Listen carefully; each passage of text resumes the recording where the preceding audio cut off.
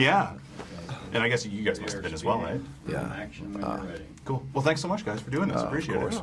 So you were just telling me you were fans of the book before. So when did you each read it for the first time? He was 18.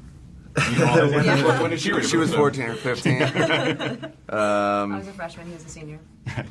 Let's see. Yeah, back then. And, Did and we a fan read? ever How since. much older than you? I mean, how much older are you than me? Did we read it at the same time? See, That'd I be just weird. turned 28.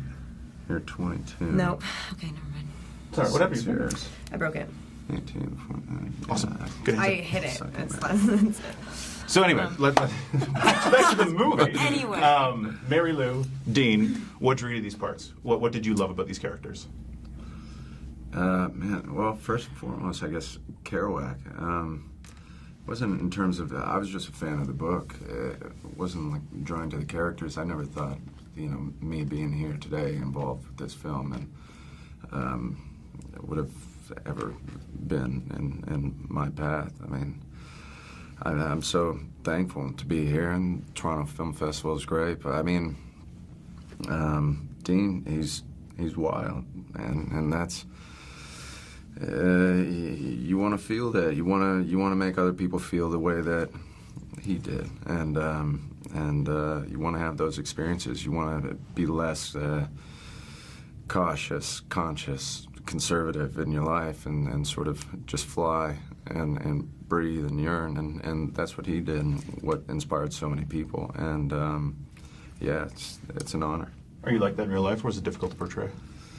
Wow. Maybe not as I mean, that was kind of the thing before, when I first met with Walter on this and read with him. It was always the thing that you're such a fan of the book. You're, a fan of the South part. You're a fan of this. I mean, you'd be fine just, being an extra in a background jazz club dancing to while two actors are you're there like, fuck, they get to play this. Like, I would have but catered the movie if I didn't have a part in it. For me, that's what was strange, was you're like, man, I'm a fan of this, I'm a fan of this character, now I got to put these words in my mouth and sort of live and breathe this and portray this and make people believe it and believe in you, and that was the obstacle.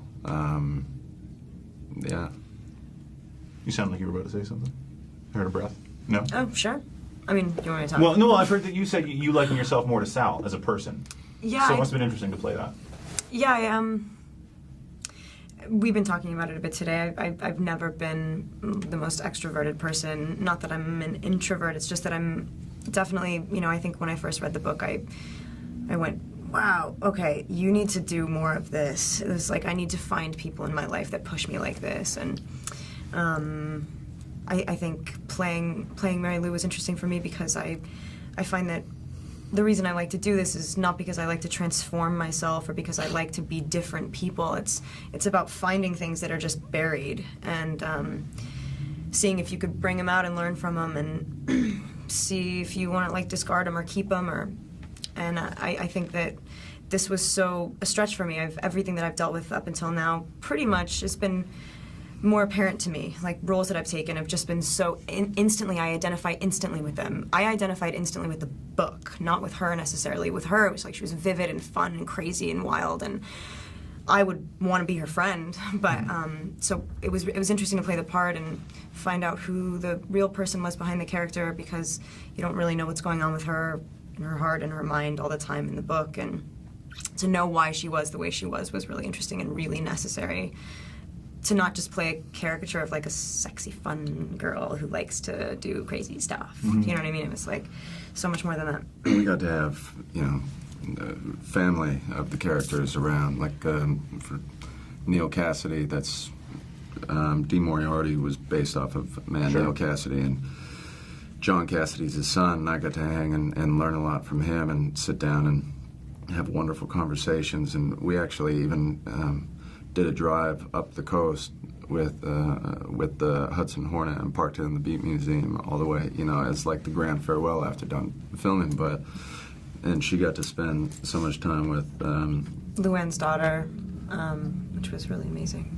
It suddenly personalizes everything and makes it, we would have a huge responsibility to the characters that Kerouac wrote, of course, and to him and to everyone that loved them. But suddenly knowing the knowing the human beings behind it, knowing their families and everything, is just sort of gave you that extra. It gave you that extra drive and push, but then also kind of put you at ease as well because you've got the sign off. It was like, okay, I'm with them. It's all coming from the right place. I'm not telling someone else's story for them. They're helping me do it. Do you know what I mean? Mm-hmm. Well, thanks so much, guys. I appreciate it. Thank you I just got very the much. wrap-up sign. I would have kept going. Yeah. Thank you. Thank you very much. Thanks, man.